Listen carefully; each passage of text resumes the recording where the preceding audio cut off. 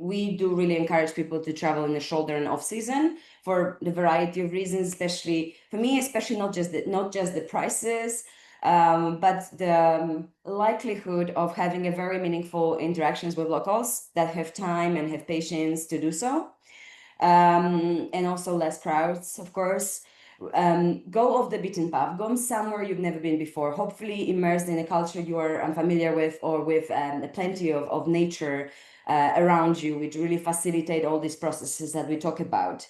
I also try to encourage solo travelers, and myself, I try to use public transportation. I personally don't drive a car. I have a license, but I use my feet and my bicycle wherever I go. In US, where I'm not from, but I moved to, it's slightly difficult, but I still try very hard not to use a car. And so, yeah, we really recommend people to take, to choose destinations accordingly to the availability of the public transportation.